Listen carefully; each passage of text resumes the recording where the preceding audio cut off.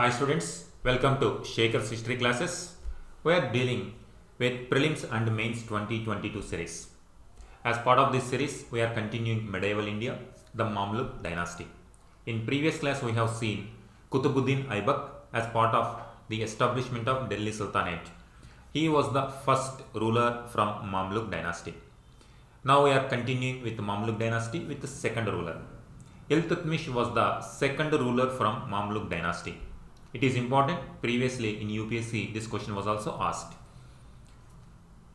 In Mamluk dynasty, when it comes to Qutbuddin Aibak, we have seen what were the challenges for Qutbuddin Aibak and how he handled those challenges, and he tried to establish independent status for Delhi Sultanate. This map we have seen in previous class also. Here it is Abbasid Caliphate. Here Baghdad was very important center for Islamic world. Sultanate of Kuwar is a very powerful one. They were trying to expand this direction, and Ghurid Sultanates expanded their direction into Indian territories, and till Bengal region they established their authority. After the death of Ghori Muhammad, his slave commanders distributed their territories into different territories. Delhi Sultanate came under Qutbuddin Aibak. However, the challenges of Qutbuddin Aibak continued even during Iltutmish time period as well. Qutbuddin Aibak tried to solve the challenges from external threats and internal threats. However, they were not completely liquidated. This task has gone for Iltutmish. For this reason, some historians consider Iltutmish as the real consolidator and real establisher of the Turkish conquest, or the real founder of Delhi Sultanate. In terms of security also, in terms of administration also, Iltutmish contributed so much for the stability and security of Delhi Sultanate. Now we will see what are the various challenges faced by Iltutmish and how he handled one by one. Remember, Iltutmish time period is from 1210 to 1236. It is also the time period of Mongol conquests under Chengiz Khan. Chengiz Khan, different spellings are given in different texts, so you can take any one reference and you can use it in the examination. This was also the time period of Chengiz Khan. So he was a contemporary of Chengiz Khan.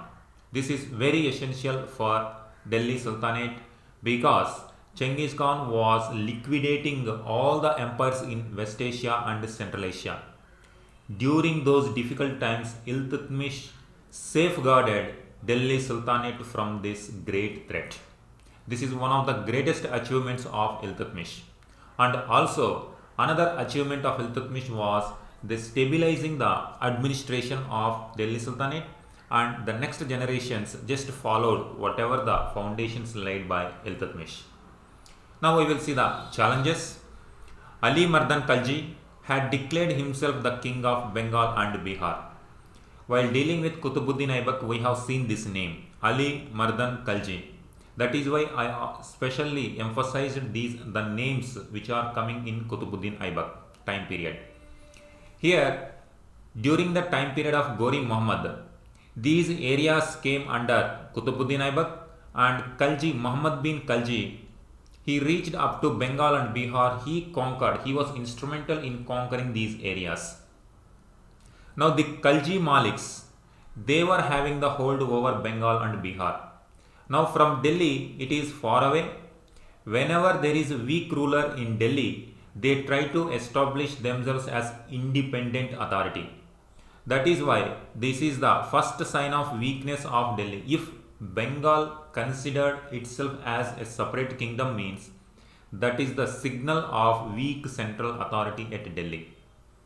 Ali Mardan Khalji, during the time period of Qutbuddin Aibak, he got the support of Qutbuddin Aibak. Qutbuddin Aibak also supported Ali Mardan Khalji to establish him as governor of Bengal and Bihar region. Through this way, Bengal and Bihar came under Qutbuddin Aibak. After Qutbuddin Aibak's death, Ali Mardan Khalji declared himself as Sultan. That means he is an independent king. Like we have seen that. For example, here also, when Guri and Ghazni Sultan, if they are weak, Multan region and Lahore region can consider themselves as independent authority, and Delhi Sultanates they declare themselves as independent. This shows whenever weak central authority is there, then neighboring territories try to declare themselves as independent kingdoms. Same is the case with in case of Delhi Sultanate as well. When Muhammad bin Tughlaq he expanded a lot of territories. But whenever there was weak authority at central after Firoz Shah Tughlaq, so many kingdoms emerged within Delhi Sultanate itself. Though this story repeats often in our history. Now, after the death of Qutbuddin Aibak, Ali Mardan Khalji, he got the support from Qutbuddin Aibak. After his death, he declared himself as the king. Now, Iltutmish was the ruler of Delhi. He had to face this challenge, and once again he had to bring Bengal and Bihar into Delhi control. This is one challenge. Another challenge came from west side, that is from Kubacha. Kubacha, we have seen in case of Qutbuddin Aibak also. Through marriage alliances, Qutbuddin Aibak tried to get the support of Kubacha. But now after his death, he also declared himself as independent ruler of Multan, and he seized Lahore as well. If you remember, the capital Qutbuddin Aibak used was Lahore. He did his operations from Lahore. Now after his death, Iltutmish succeeded him at Delhi. During this time period, Kubacha, he was the ruler of Multan and Uch, and he expanded his territories into Lahore. Now this is another threat. Now you see, Iltutmish has threat from Bengal also, and in the form of Kubacha and Ali Mardan Khan. And major challenge is coming from Central Asia now. Now we will see this. On the other hand, Rajputs found an opportunity to assert their independence after the death of Qutbuddin Aibak, and many territories within Rajput dominion they declared themselves and they were throwing off the Turkish yoke. These are the challenges faced by Iltutmish. Now he had to handle all these things and finally established firmly at Delhi Sultanate. Now we will see one by one how he handled. Here, Ghur, Ghazni were there. One more threat came from in this way, here in the form of Khwarizm Empire. Khwarizm Empire, even during Qutbuddin Aibak time period also we have seen, it was very powerful. They are trying to expand their territories. Here Ghazni, in Ghazni, Aldous, he succeeded Ghori Muhammad. Since the time of Qutbuddin Aibak, he was not happy of establishing a separate Delhi Sultanate under Qutbuddin Aibak. He wanted to establish Aldous authority over Delhi territory. Now a different scenario emerged. With this, Khwarizm Empire occupied Ghor and Ghazni. Now Aldous had no option but to conquer Lahore. Now he moved forward. He took Lahore from Kubacha. Now you can see Kubacha, he expanded his territories to Lahore. Now Lahore itself went into the hands of Aldous. Now Iltutmish had to contend with Aldous also, Kubacha also. On this side, Ali Mardan Khalji. Now there is one more great threat that is coming in the form of Mongol Chengiz Khan. So this is one part, and in the down Rajputs. So he had to stabilize all these factors in order to establish himself as a strong Delhi Sultanate ruler. Now this you see, another challenge was the conquest of Ghazni under Aldous. Ghazni was under Aldous. It was conquered by Khwarizm Shah. Now extended up to the river Indus. The Khwarizm Empire reached the boundaries of Indus. Khwarizm Empire, within internally Aldous, Kubacha, Ali Mardan Khan, all these are the different challenges. Aldous occupied Lahore. Now Iltutmish marched. Battle of Tarain took place in 1216. liquidated Aldous threat completely this time. Now you see the difference between the times of Prithviraj III and Iltutmish. The Battle of Tarain. We hear this once again, the Battle of Tarain.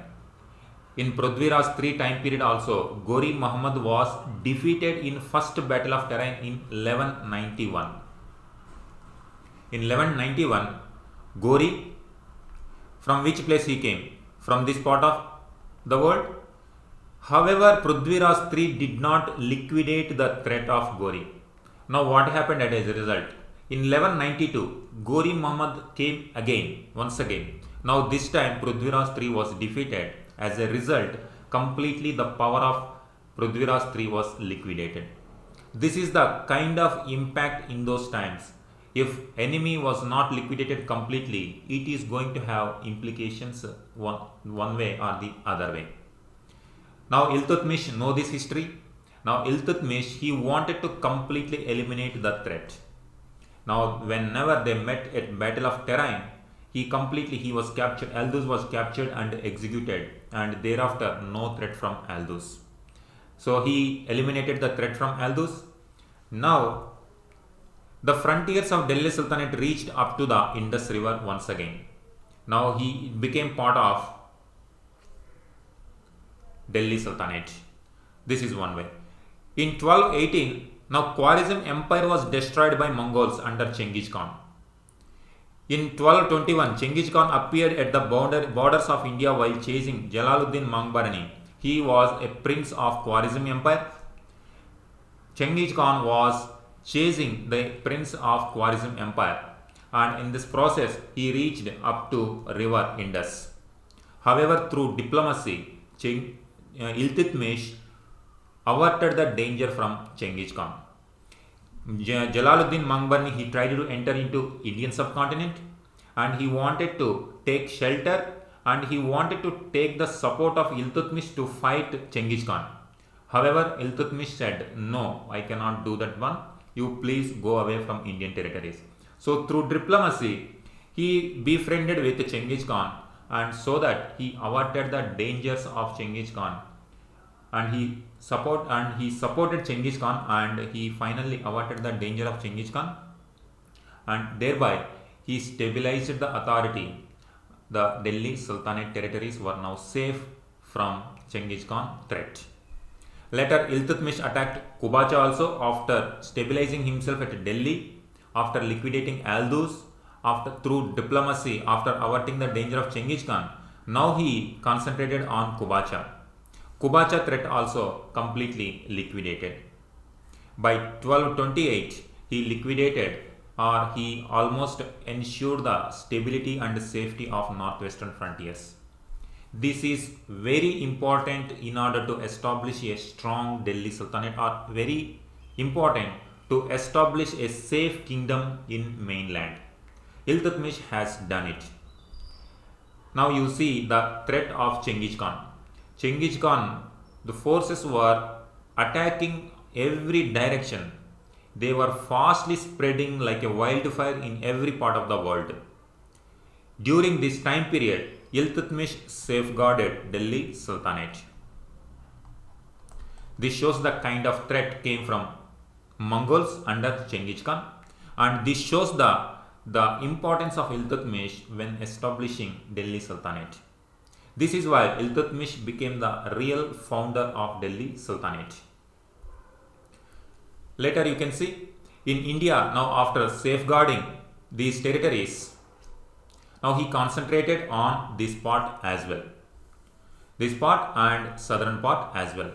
In 2627, Iwaj, who had taken the title of Sultan, was defeated and killed in a battle with Iltutmish near Lucknauti. Always, whenever Delhi is weak, the fringe areas, they try to declare themselves as independent authorities. Iltutmish sent his son, and the threat was eliminated. Iltutmish recovered Gwalior, Bayana, Ajmer. Even these areas, Rajput princes and Rajput areas also once again conquered. His forces reached up to Ujjain. So militarily he tried to control his dominion and he tried to protect Delhi Sultanate. This is the kind of power under Iltutmish. This is the kind of territory controlled by Iltutmish during his lifetime. And major, one more important thing he has done, this is through military tactics he has done. Now through diplomacy he tried to legitimate his authority. Now you see, these people were immigrants, came from Central Asia. These were mixture of different races and different categories of people came. Different races, different type of nobles. Some supported Iltutmish, some did not support Iltutmish. Because during those times, some people used to consider themselves as highborn. Iltutmish was a slave. So some highborn, those who felt themselves as highborn nobles, they did not accept slave as their authority. This is the problem for every slave. But mainly through their military force, they used to control the authority. What Iltutmish has done, along with military tactics, he also tried to get the legitimacy from Abbasid Caliphate itself. From Caliphate itself, he got the permission or the title of Sultan.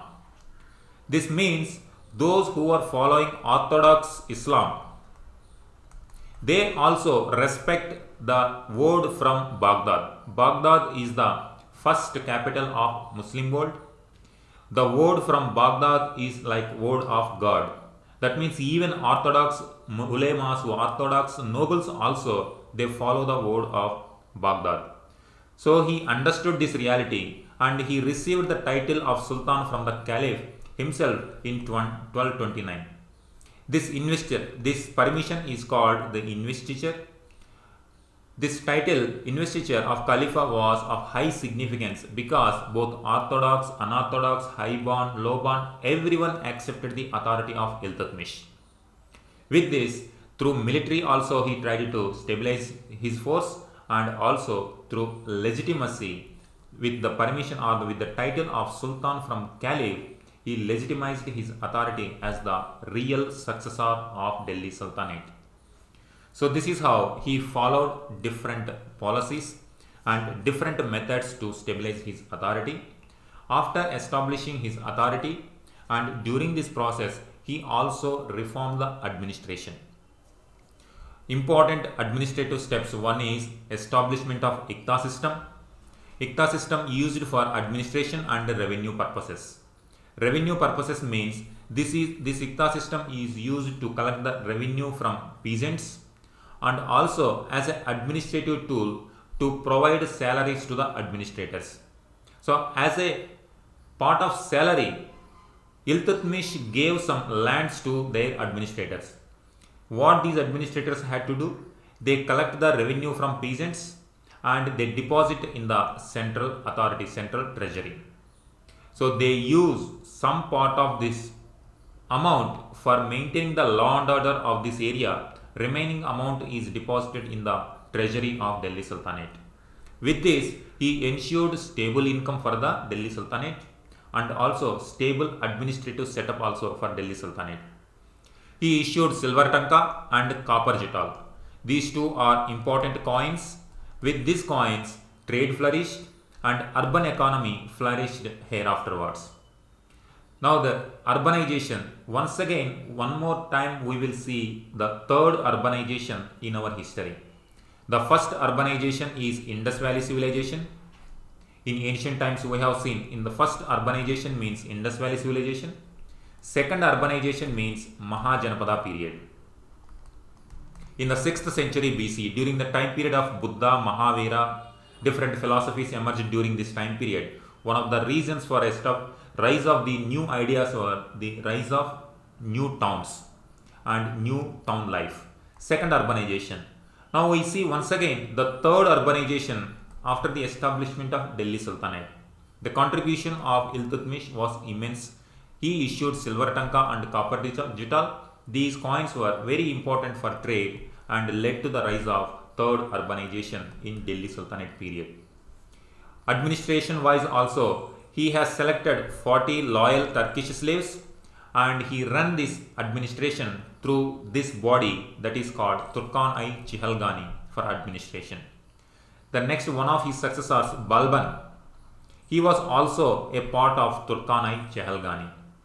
So he selected, the name is saying 40 Turkan-i Cihalgani, but always 40 people may not be there in this body. But however, the term Turkan-i Cihalgani became very popular for this body.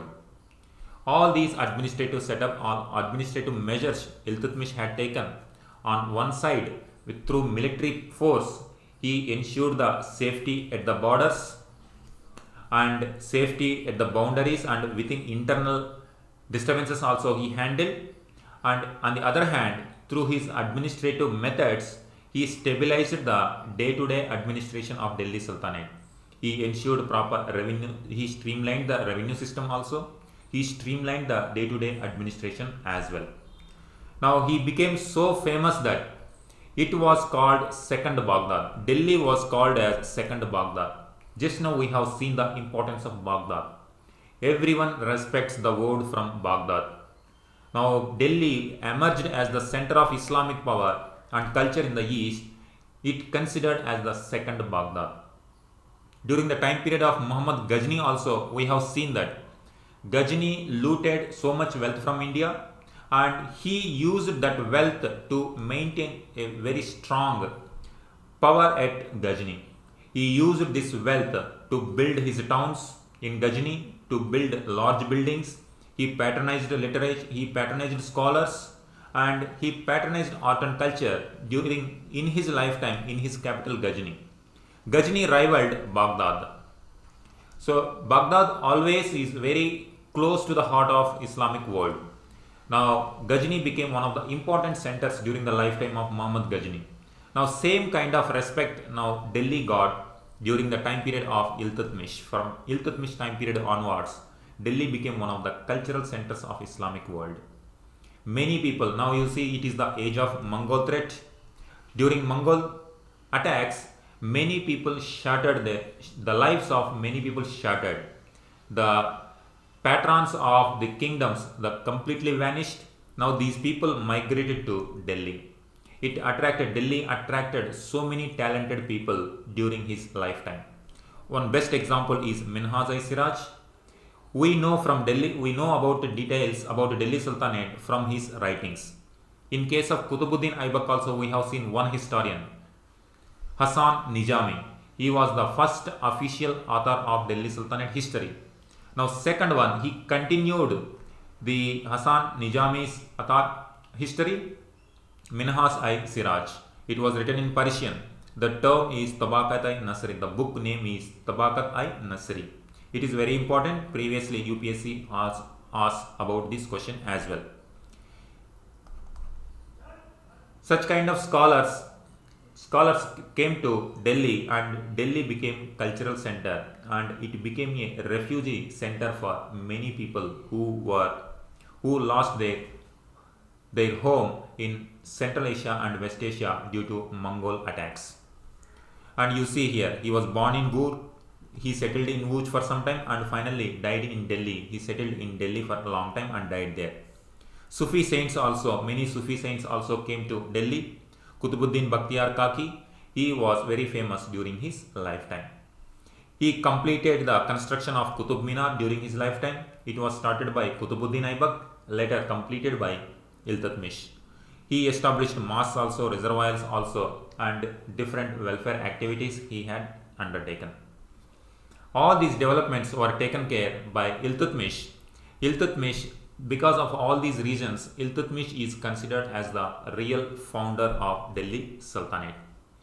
Now you see, initially Delhi Sultanate was a territory of Ghurid Empire. Now Ghurid Empire itself came under Mongols. Now there is no Ghurid Empire itself.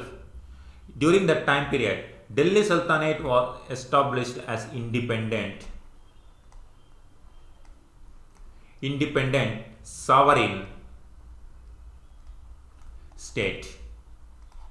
Now no one is there to control from outside in Indian borders. Once again, now after so many centuries, during the time period of Mauryans, entire Indian subcontinent came under one authority. Now once again, the foundation for the centralized administration is being laid during his time period onwards. Now thereafter his successor, they tried to expand their territories into different directions. By the time Muhammad bin Tughlaq came, almost entire Indian subcontinent came under once again centralized administration. So this is the importance of Iltutmish. Iltutmish is very important. In mains also question can be asked, how Iltutmish, do you think Iltutmish was the real founder of Delhi Sultanate? This can be question. When it comes to prelims, with respect to art and culture, architecture, any question can be asked. Minhaj-i-Siraj is very important. Qutubuddin Bakhtiyar Kaki, Sufi saint, very important. On his name only, Qutub Minar was dedicated to this Sufi saint. So this is also important. Now under what circumstances he established his authority and what kind of challenges he faced during his lifetime. He gained so much trust in the people, both in nobles also, both in administrators also, both in the eyes of people also. Iltutmish gained a lot of respect that even if he nominate his daughter, generally in those times daughters were not accepted, women were not accepted as the rulers of Delhi Sultanate, rulers of any kingdom. But even if Iltutmish agreed or he announced daughter to be the successor of Iltutmish, means people accepted daughter as the real successor of Iltutmish. That is the kind of respect and authority Iltutmish gained over a period of time. During the starting phases, he was a slave. He was not accepted by his own officers, nobles, and neighboring kingdoms or neighboring powers also tried to decimate Delhi Sultanate. But at the end of his regime, he became so powerful and he gained a lot of respect that even he could nominate a woman as the successor of his regime. So this is the kind of importance Iltutmish gained in Indian history.